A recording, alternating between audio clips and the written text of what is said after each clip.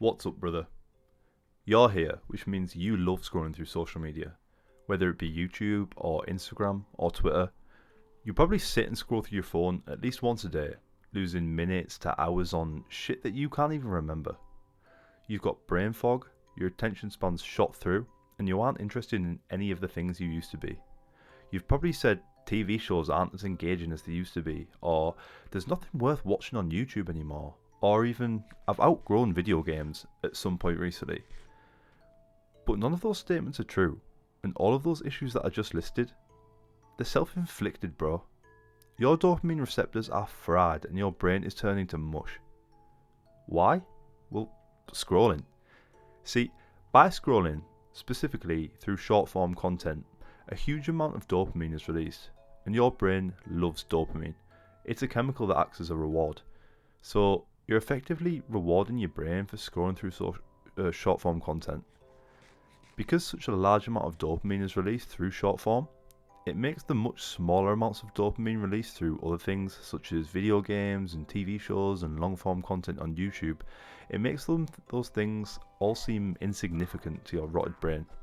And because you're constantly delivering so much information to your brain in short bursts through short form content, and your brain is being rewarded for this, it gets used to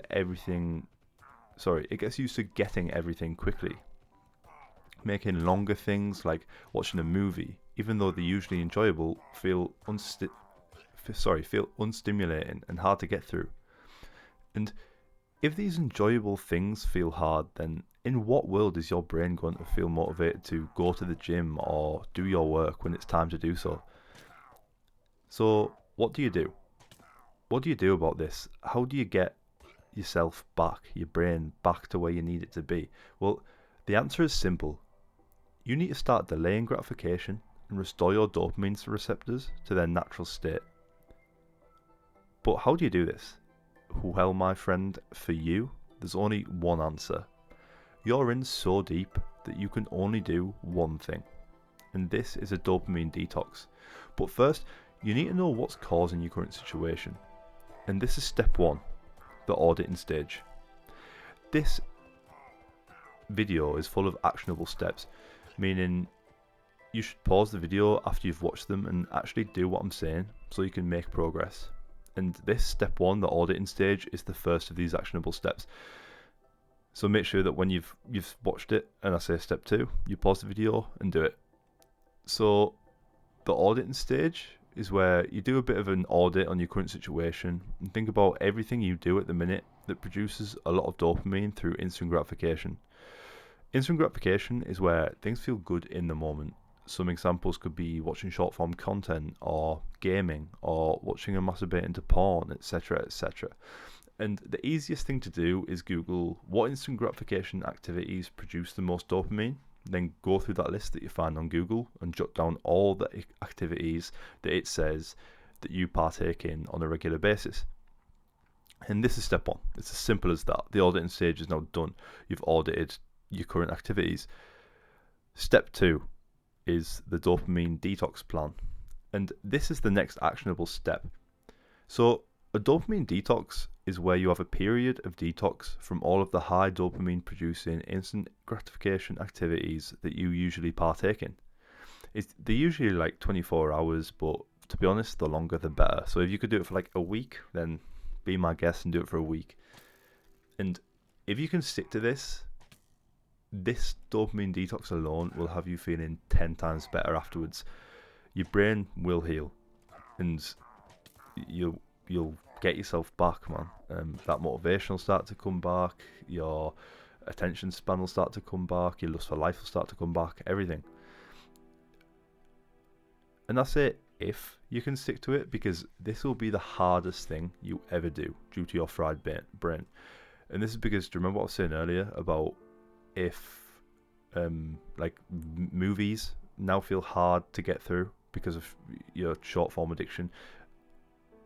Imagine how hard a 24-hour period or longer will feel to your fried brain to get through without anything that you've been doing, without the games you've been playing, without the short form content you've been scrolling through.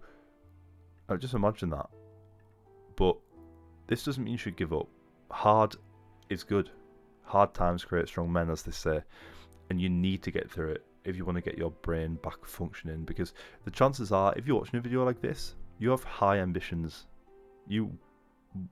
Maybe you aren't there yet, and you aren't there right now, but you know that in one day you could be somewhere great. You could be something great. So you need to get your brain back firing on all cylinders, and this is the only way you can do it right now. So plan a day when you're going to do the dopamine detox, and do it.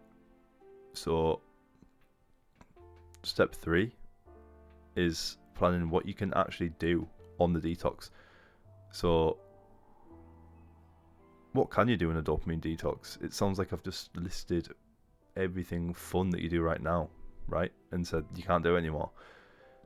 Well, on a dopamine detox, you can still do loads of fun things.